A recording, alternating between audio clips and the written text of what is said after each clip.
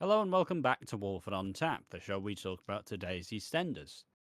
And today's EastEnders, we finally have a death on the cards. We finally have seen the fate of Linda Carter's death. It's a very sad episode. It's very bleak throughout the bulk of it, where you see Linda just slowly.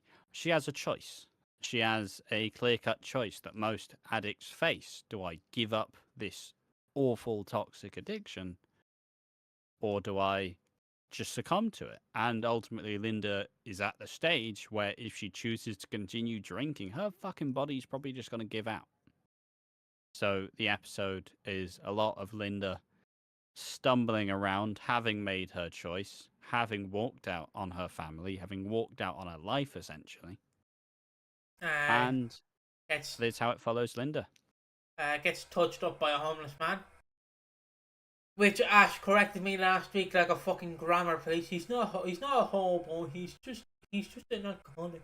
He's fucking right. So I'll run through the episode. Obviously, there's only one scene to talk about this week, so I can only really.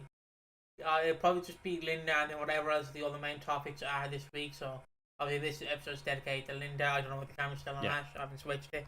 See, this episode's dedicated to Linda. Technically, I'm not going to hammer up saying Linda died, because I obviously want to save my ass. I don't want Gary YouTube coming in below. Fucking, you're not the official EastEnders channel. Linda's not dead.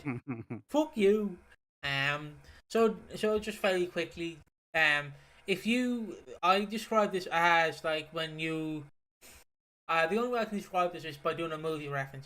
If you go into this, like people went into Doctor Strange Multiverse of Madness, this Spider-Man's going to appear, fucking this guy's going to appear, this guy's going to appear, this guy's going to appear.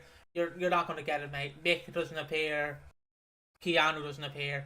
Just go into it. Don't expect that you're going to get fucking like 50, 100 cameos from 50 past characters, because you're going to be let down. It's just my word of warning. Like if you're watching this episode and you're going, is Mick going to show up? He's not. Danny Dyer's contract was too fat to give money to. But yeah, as I was saying, this episode starts pretty much with Linda drinking. She shoves Elaine, and I just wonder, when she hits the bed, is there a mat or is there just a mat on the floor? You don't need a mat for the bed. Yeah, but you don't want to fucking ram her right into the bed, do you? Just and take that. And then she falls onto the floor. Ollie sees this, and he's doing a drawing for his mom. And this drawing is wonderful. It's how a I'm giving a rough estimate, a 6-year-old with autism would draw their mom. It's just her as a stick figure with alcohol that's in a green bottle being poured down her throat, and she has massive black eyes. Yeah. Not like black eyes just like that, but like massive pupil black eyes. So yeah, Ollie is an artistic jar. There you go. And then we go downstairs. Elaine has a fight with Linda. Well, it's kind of, they have a disagreement. Linda goes, my life is so tough. And Elaine's like, yeah, mum, yeah. And then she's like, my Mick died. Yeah. Yeah. And then you told me not to go to the police about Dean because you want to get George off the case. And then she's like, yeah. What time is it? Oh, great. And then she just continues drinking, and Elaine's like, get out of the fucking pub, please. Get out of the pub. Because she's literally... don't stop. I'm going to fucking report you to the police. I've had enough of your shit, Linda. Every single thing that's bad in your life, you blame on everybody else. We all just get on with it. She basically... It's basically that. It's someone who won't take responsibility for themselves. It's like if there was a chocolate cake in the fridge specifically for my dad, but I ate the chocolate cake, and then my dad goes, "Who ate the chocolate cake?" Wasn't me, Dad. Wasn't me. It was you. You left it in the fucking fridge, Dad. What was I supposed to do? Not eat the fucking thing? So what? You ate my cake? Yeah. Well, fucking, you should have had it first, idiot. Fucking, what do you mean? So yeah, that's obviously that. So Linda stumbles out. She starts drinking the vodka, And then goes with meets with the homeless people, which I did not know Walford has a homeless area. So They that's have like, it very occasionally when someone fucks off. yeah, it's a bit weird. I understand you don't want to have a fucking couch there 24/7 on the set. That would be a bit weird. But yeah, she goes in, she stumbles, and she meets all the alcoholics and the homeless people. One of them, the guy from last week who got thrown out for walking into Trying Ollie to and Annie's piss in bedroom. Ollie and Annie's room. Yeah, she basically cuddles up to him, and then he waits till she's asleep. Now, the only way I can describe this is like it's like when someone with thick sunglasses, right, has them on, right, and they're clearly talking to a woman, and they think that they won't notice them like staring at the boobs, but they can clearly see that he's staring at the boobs. Does that make sense? Yeah. So that's what he's Yeah. doing. He's like, oh, come up, sunshine. And then it's, the fuck? And she leaves because he was touching her up. He starts touching her. Yeah. Yeah. So it was pretty much just like that one mate. Yeah. And she leaves. She throws up blood on the outside the McClunkies or outside that area. Yeah. She falls asleep on a bench, well, dies on a bench. And then we cut to the next morning where police cars show up and they tell Elaine that your daughter's dead. That was pretty much Straight that to the scene. funeral. The funeral was literally done a day later. Fucking hell. That was very Day quick. later, Lee and Nancy return. What the promo pictures teased from the Sun that they leaked. Lee and Nancy returning. Johnny drinking on the day, struggling to deal with it, kind of going the same way as Linda did. The funeral, like everybody kind of gives their apologies for not helping. Everybody gives their apologies for not helping, and everybody's just kind of sad. But then at the funeral anyways, Sharon does a little speech about how, addicts, and can we really blame them for their illness? Johnny's drinking. Nancy's tired of Elaine's shit for enabling her. Fucking Nancy just backhands her. Johnny lashes out at the pub, and then in the end, Nancy and Lee take the kids away from Elaine and take Johnny as well. Yeah. So it is a bleak display of the death, but it's revealed. I mean, also Elaine freaks out and then fucking throws a bunch of shit off a table and has a big Queen Vic throw all the shit around. Lovely, fantastic. And then Sharon says it's not your fault, blah blah blah. Then Elaine, and then the lights go out on Elaine. Elaine says, I wish I could see her just one more time. And guess what, people? It was a ruse. They pulled the rug right over your fucking eyes. It was a ruse. It was not real. It was a dream sequence. You've been a ruse. Linda throws the bottle of vodka down.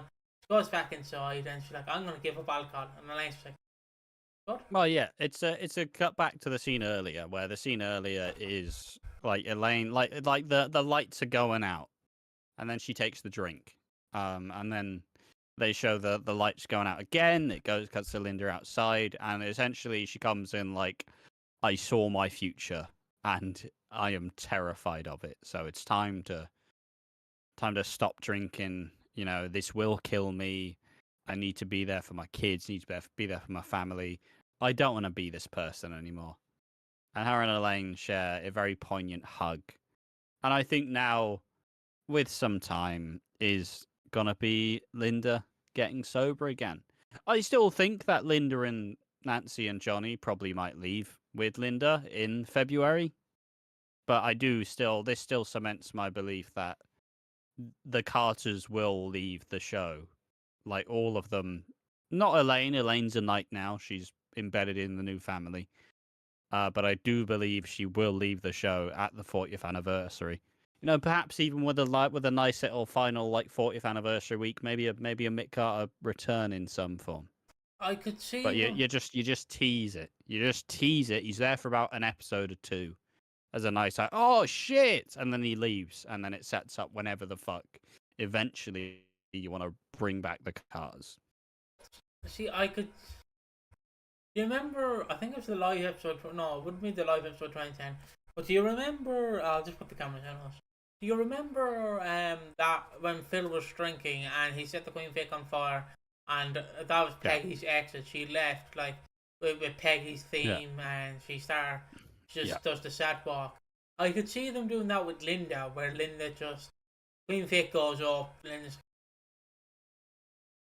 nothing here for me now. See you, lads, and just leaves.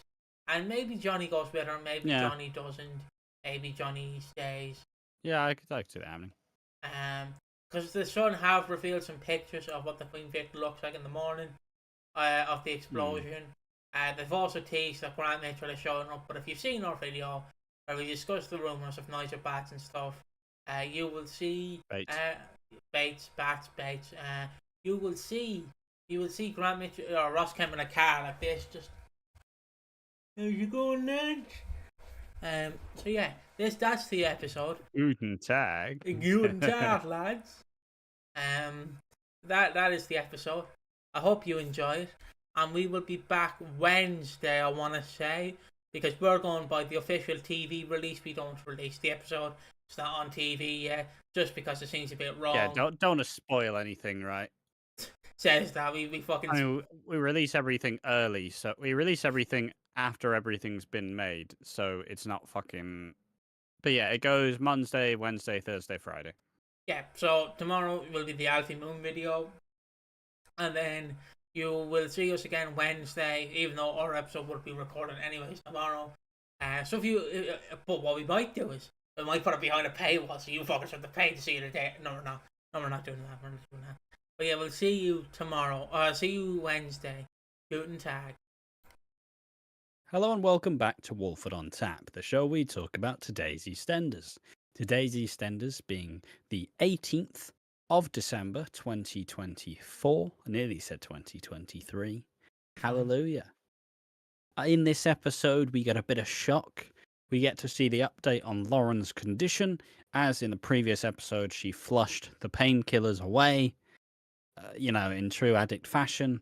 And then this episode is her grappling with the consequences of abusing painkillers while pregnant. And otherwise, we get the update towards Ruby and Martin's baby Roman, and how he's handling, and a little update on what's the next step in his treatment. All that and more in this Walford on Tap. So I guess I'll take it away.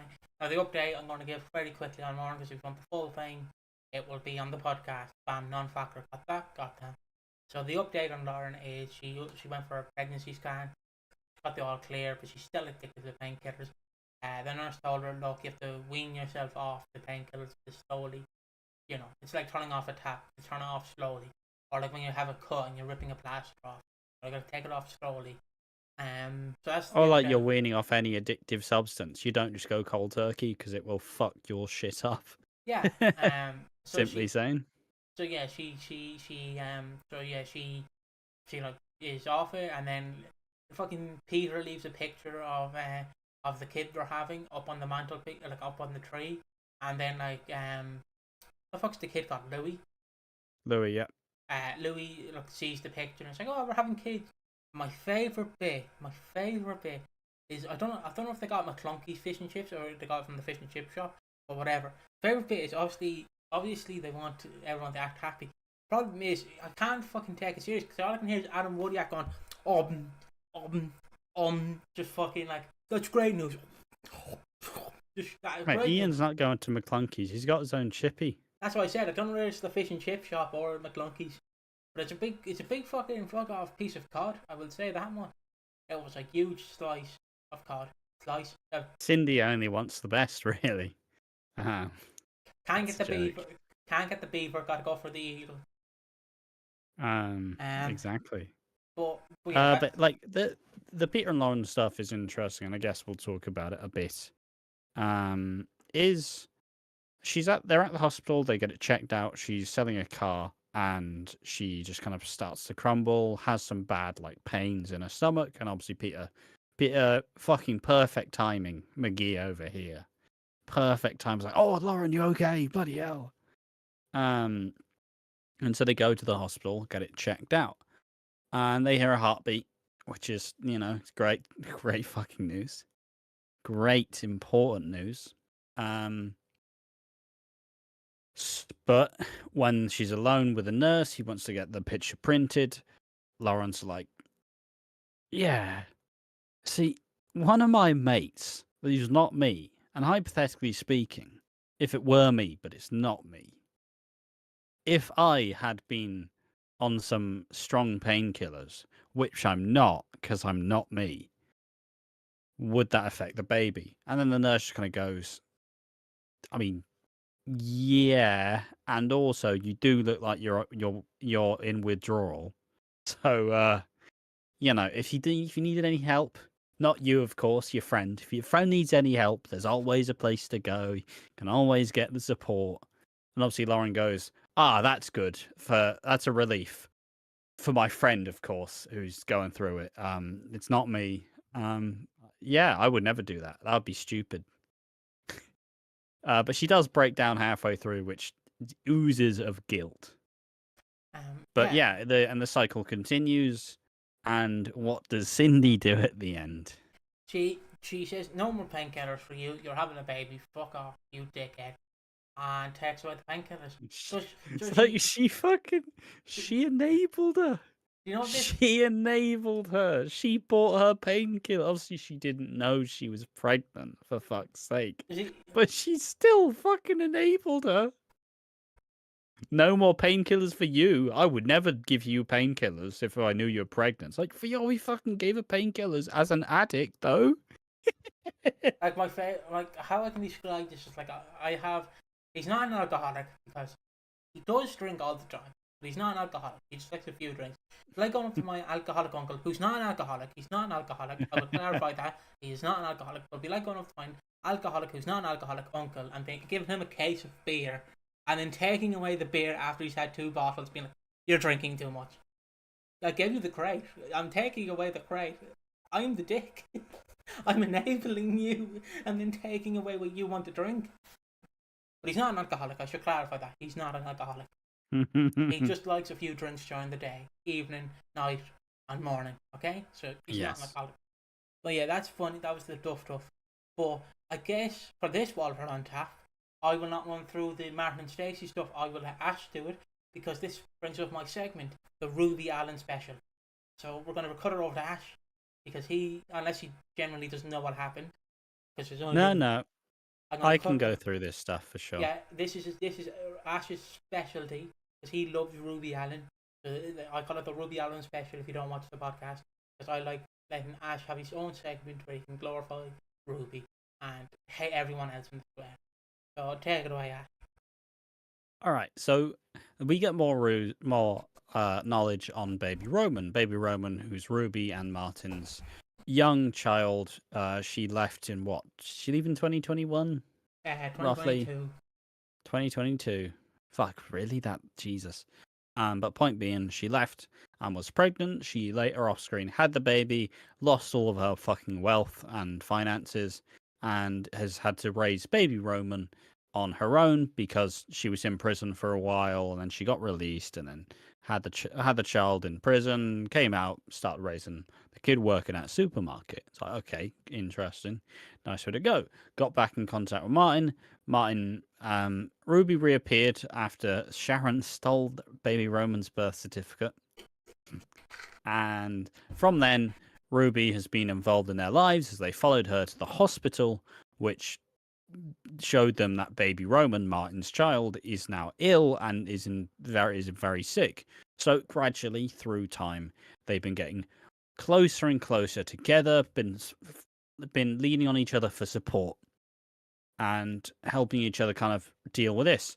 At the start, it was like, okay, he's doing well, he's responding to the treatment quite well, so there's not too much to worry about, so let's just not get too ahead of ourselves. And then in this previous episode, they go, yeah, we do have a donated liver for him. And then today's they go, yeah, bloody hell, you know about that liver that we told you that your fucking son was going to be fine? Well, we don't have it anymore. So, Martin, would you like to give us your liver? And he does it without questioning. Good man, Martin. Sexy leather jacket wearing Martin. Please father my children, Martin. Scratch that last one. That one slipped out a bit. So Martin obviously accepts to do it. Causes some problems. Stacey's a bit alarmed. Lily's fucking livid. Just, how fucking dare you? You're taking away my dad. Taking away my fucking dad from me. Genuinely goes up to Ruby, and Ruby says, Would you not give your kidney for Charlie? And she goes, fair enough. Fair enough. Yeah, I just don't want Martin to go through so much pain, so much trouble. And in the end, Martin agrees to do it. He's a bit scared, so he's talking to Stacey, and because he's going in for the operation, he has to flush the kidneys of all the shit, and so he's just on water, not on any booze whatsoever. And Stacey has a bottle of wine open. He's like, you know what, Stace, I'm worried. I'm fucking worried about this operation. And Stacey says, what, strapping lad like you? He's got your genes, you fucking muscle man. Don't you fucking worry, me old mush. You know, she says she loves him. And you know, it's a level of close. And at this point, I'm sat watching it, just like, oh, fucking hell, oh god, it's gonna happen. They're gonna kiss. No, I can't make it stop. And they kiss, and it shouldn't happen. And I hate it, and it's awful because Ruby Allen is the GOAT of all time. But they kiss, and yeah. They kiss. I don't like it. Burn it. But ultimately, it does feel like the choice may be like Ruby Martin, Stacey Martin, or Sonia Martin in a sense. But I feel like if they do that, obviously people are going to go for Martin and Stacey. I mean, yeah, it's arguably the most popular.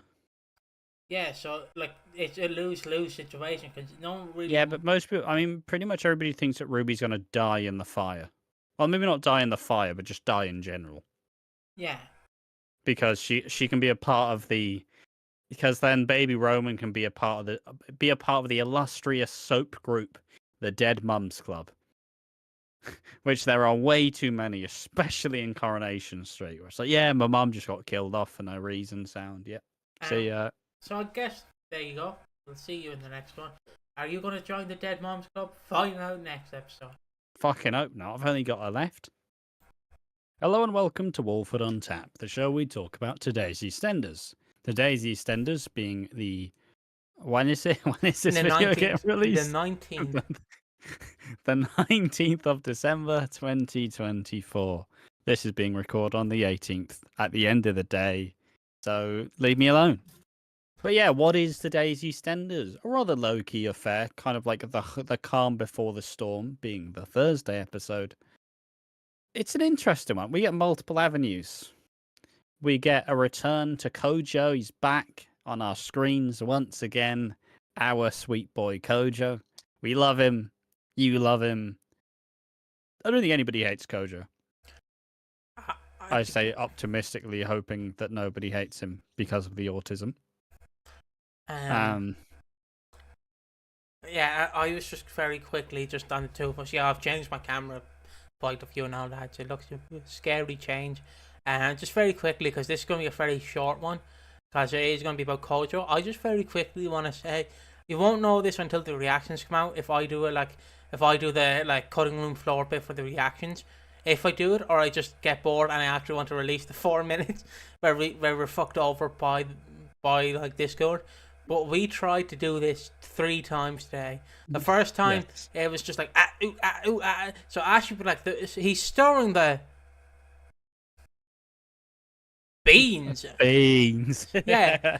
It does happen in the reactions, which you will see on Saturday, but it's not as bad. It's just like, he's stirring there, and then it cuts to like a picture. It's just like, it's like beans. Oh, Piggy, you're such a. What did he say? You're such a kind person. Oh, saved. But yeah, this is yeah. We tried multiple times to record this, but it works. The best thing is we didn't have a time like compared to if it, we would had to struggle through it if today's episode, which is Wednesdays, but technically Thursday's episode was released today, which is Wednesday for us, which is Thursday for you tomorrow. I'm fucking confusing though. I'm jumping over my words that I cannot say. But yeah, anyways, I just wanted to quickly mention that because that was kind of funny. Because we got the first 4 minutes in, and then when I had to do the intro for the third time, it's just I tried to go back to the start of the EastEnders, but the fucking iPlayer fucked me over. So it's like 4 minutes 40, and then I had to go back to the start to obviously replay because you don't want to jump into the 4 minutes. And then it fucking just meant nope, it's not working. And for fuck's sake. I might leave some of that in. How we already checked out the EastEnders? This is how long's this been? We not said a single fucking thing about the fucking show. It's 2 minutes. 2 minutes 56. You know. But yeah, that was just right, quickly. Let's talk about the EastEnders. Yeah, okay. I'll talk about Mr. Kojo. I can go through. I can briefly run through the other stuff though. Okay. Okay. The Ruby special coming up with Ash. Exactly. Otherwise, we get Cindy. Well, obviously, the Lauren stuff is kind of in between, so it's entangled. Ian giving the worst advice possible goes, Peter, you should just propose. She'll love it. Be a great idea. It's like, no, that's a terrible. Like how my mum went, you should go upstairs and clear the air. Wrong. Bad idea, Mum. Was not the right move last Christmas. I'll tell you that for fucking free. I completely. Well, where the fuck was I at? You're on about you're on about Ian giving the worst advice possible. Oh, entirely. Yeah, just gave the worst advice. He brings down a fucking cot, but he drops it down the fucking stairs. So it just comes down in a mess. Mate, Ian and those stairs are gonna become iconic by the end. He's had 2 really good moments this year. Sorry, just moving my microphone. He needs to. Him and that stairs should get a British Soap Award for best partnership. Yeah, when he jumps out the stairs and he does the thrust, that fucking buckled me. Still buckled. I still think about it daily. Like, there's not many clips that are stuck in my head. Yeah, I know I should get a life, but you're watching us, so yeah, fuck you. Who should get a life then? I don't know what I'm saying. But yeah, the camera's still on you, so thankfully it wasn't my face. So yeah, I guess I'll go through. So yeah, Lauren basically then is struggling with the pain. She's very much struggling with the pain. She really wants painkillers, and she goes to George. And I kind of view this as like when you want to start a fight, but you know you can't take on the big boss yet, so you go for his smaller brother. You know, the little fella. You know, because if you can't kick the shit out of the big guy, kick out the shit out of the little guy. What's he gonna do? Fight back? He can barely bite your ankles. Who cares? I don't know what fights you're getting into. The fights I'm getting into, you just a normal sized fucking person. I'm fighting dwarves. I'm fighting dwarves and Mordor. Can't fucking, what the fuck am I supposed to do? I can't fight his little brother. His little brother's 5. Yeah, you can. If I had to, of course, in this life or death scenario, I'm not going easy on him. Hit him with a fucking liver shot. Yeah, down you go. I'm already gonna 1-2 this motherfucker. It's gonna up come out of his boots, and then finally, just as he's about to fall over, hit him with a liver shot. Just down you go. It's life or death. What am I supposed to do? What am I supposed to do? If I don't do it, I die. The fucking only thing I can compare. That's how I enable my bad decisions. Like, most people have probably seen it because it's been memed to death. But the only thing I can think of is Ric Flair and Shawn Michaels for Flair. And he's this is gonna hurt me more than it's gonna hurt you. A single tear is about to form out of my eye. A single tear is gonna roll down this cheek. So be prepared. But yeah. You can tell we're checked out completely the week before Christmas. Merry Christmas. In our defense, this is like this is what, like episode 10 or some shit. Yeah. To be fair, it is. But yeah, I'm gonna move my microphone down. That's better. So yeah, she goes up to Kojo. Hey Kojo, it's your friend Lauren. Bestie, pals. Come on, He's high five. playing with a motor car. He was playing with a With, toy like, tax. the fucking meme. I don't know why that's what I'm doing. I didn't know you were from Kerry. He was first playing with a toy tax. With a controller. With a controller. That's what I was trying to do. It's a controller. I'm not. Man. This is chaos, mate. This is chaos. Fucking what cars are you playing with? Me.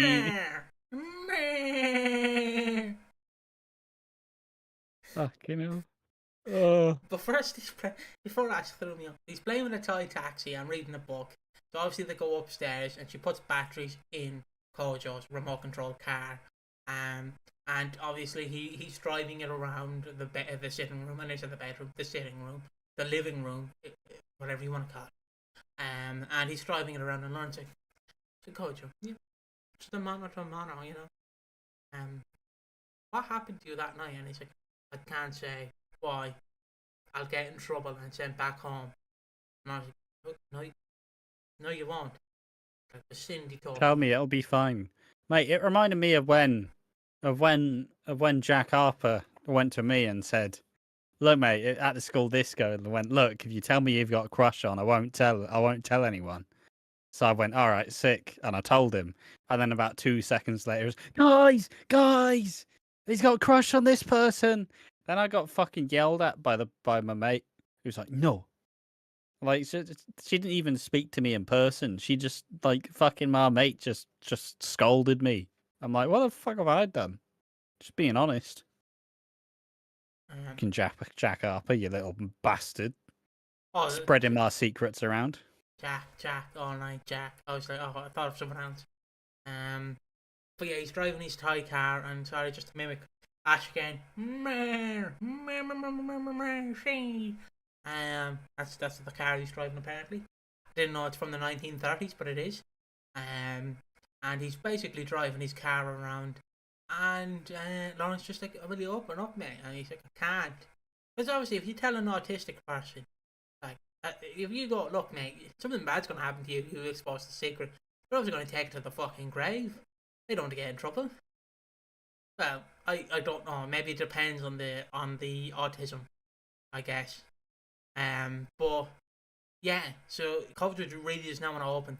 So yeah, Lauren and Cindy hears that Lauren's upstairs with Kojo, and then Junior just goes up the stairs and it's like, "Oh, Kojo, what was Lauren trying to?" Essentially, like, rattle him.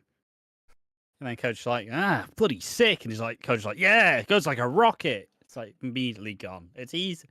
Look, right, I'm not saying it's easy to distract a person with autism, but as someone with autism, it's quite easy. Ask me a fucking EastEnders question. Just bloody hell. Fucking hell. I won't get a chance to talk about this, but it kind of reminds me of the fucking suitcase incident in like 1945. Have you ever heard about this suitcase incident? What? There was a suitcase incident, right, where they were trying to kill, at the time, famous dictator, the suitcase. But some guy just kicked it out of the way, and it didn't kill him. So he just had a suitcase there. It just blew up, and the guy kicked it out of the way, so it didn't kill him. It's the weirdest assassination attempt, but it always buggers me. Yeah, that's how I describe the guards, because they're literally just like, he's just like, "I don't know, mate, what's going on? It's Christmas, I'm having too many shandies." I'm not even drunk this year. Look, it's 10 o'clock at night. Usually at this time we're just rabbits, you know. Fuck, so I suppose we're not pumping. We're just hyper like rabbits. Yeah, but that's not what rabbits are most associated with, you fucking mad bastard. Yeah, we're just like rabbits. We are not breeding. No one's pregnant. There is not 10 bunnies on the way. Not yet. Just remember that we used to record podcasts at this time. They would be the most unhinged shit ever. This is Walford on tap. It doesn't really mean anything, does it? I mean, the alien one is always the best. But yeah, Junior is like, "All right, mate. Whatever happened, I fell for a woman I shouldn't have fell for. And that's basically it. That's basically what Yeah, happened. it's him fully taking responsibility, recognizing that look, if it gets too much, fucking tell someone. Like, it's my fault. It's my responsibility. I don't want. It's the thing where because fundamentally they made Junior quite unlikable because he's against George and he's not very good to his sisters and he wasn't very good to his wife and his kid.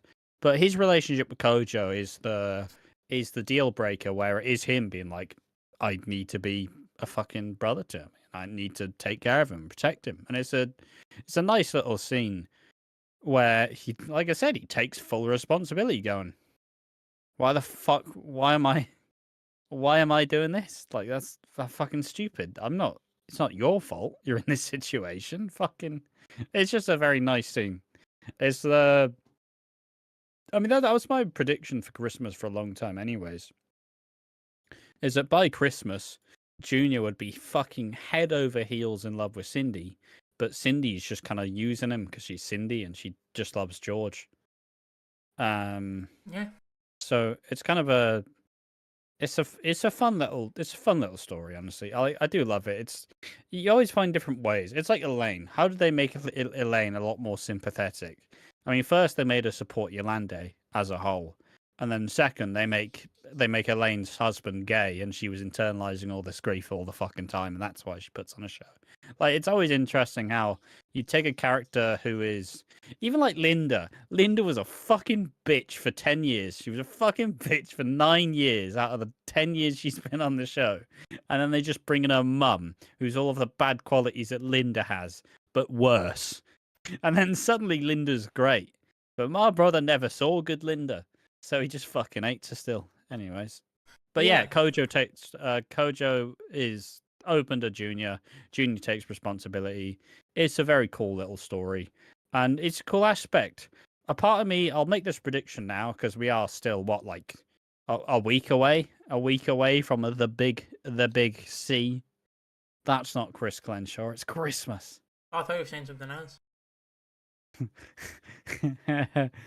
Why would we waiting a week for it? Sometimes who keeps up all that momentum? Antidepressants, you either get sad or you get very horny. You know, one or the other. Just depends on who you are. Oh, fuck, when I get coal on Christmas, But yeah, basically Ash's prediction. Go on. Oh, yes, the prediction for Christmas is.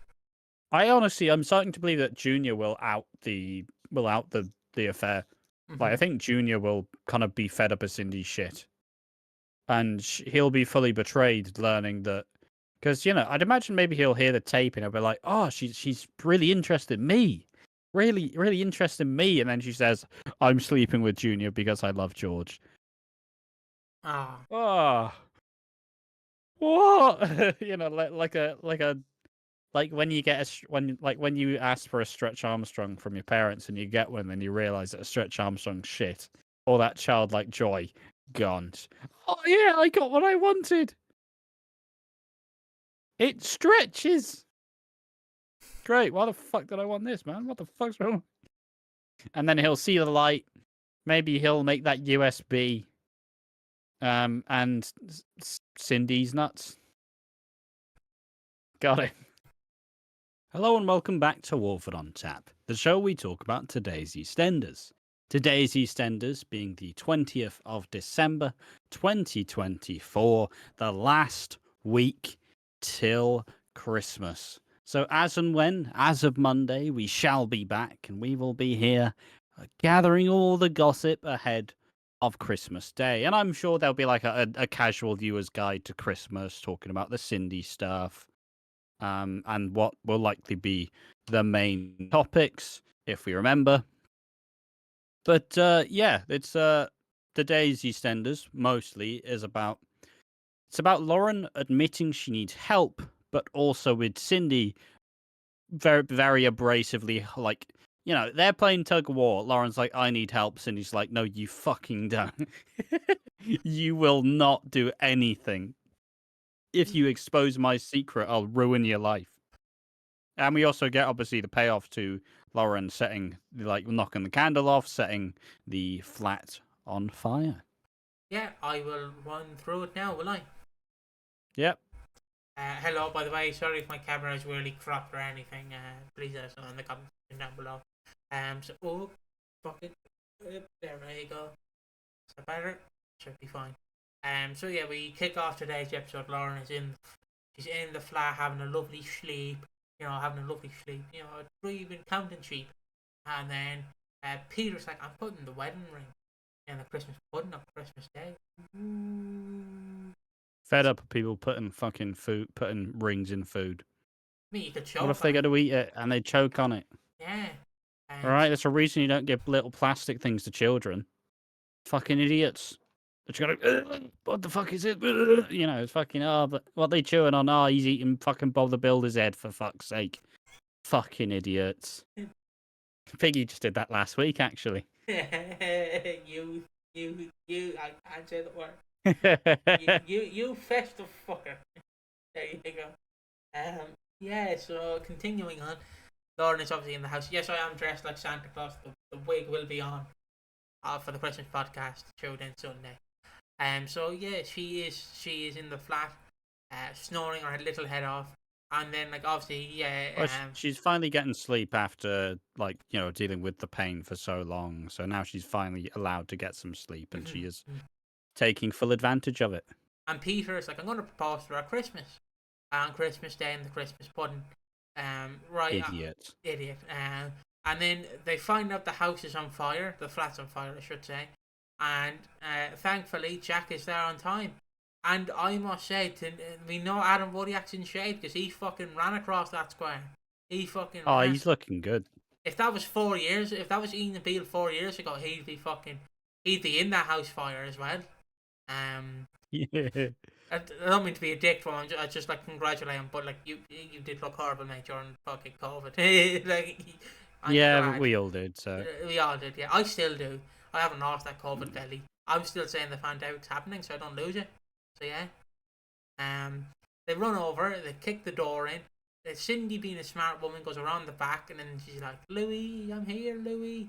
Louis obviously opens the window. He gets out, and that's it. That's it for Louis. That's his Bond scene of the week. See you next week, Louis. One scene of the year.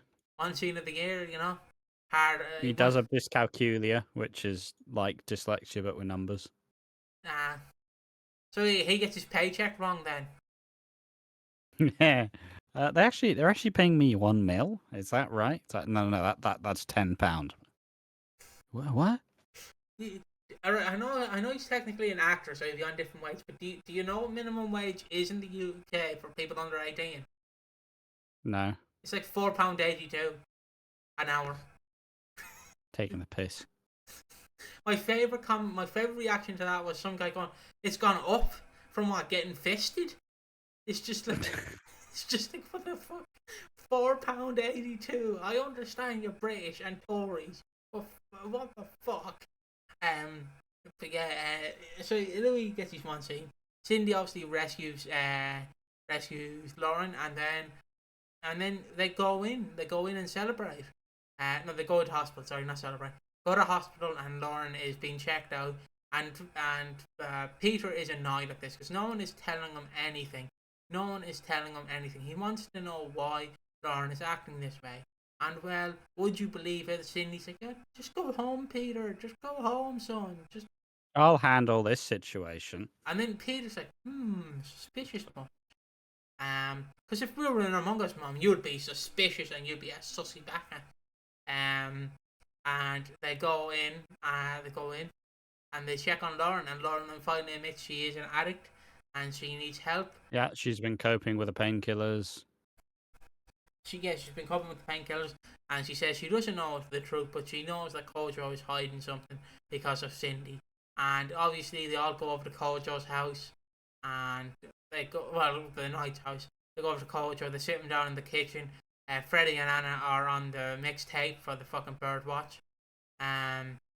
They hear the conversation, but it's all scattered and shit. They leave it in the sitting room, and Kojo comes in, and they go, "Look, Kojo, you're not in trouble.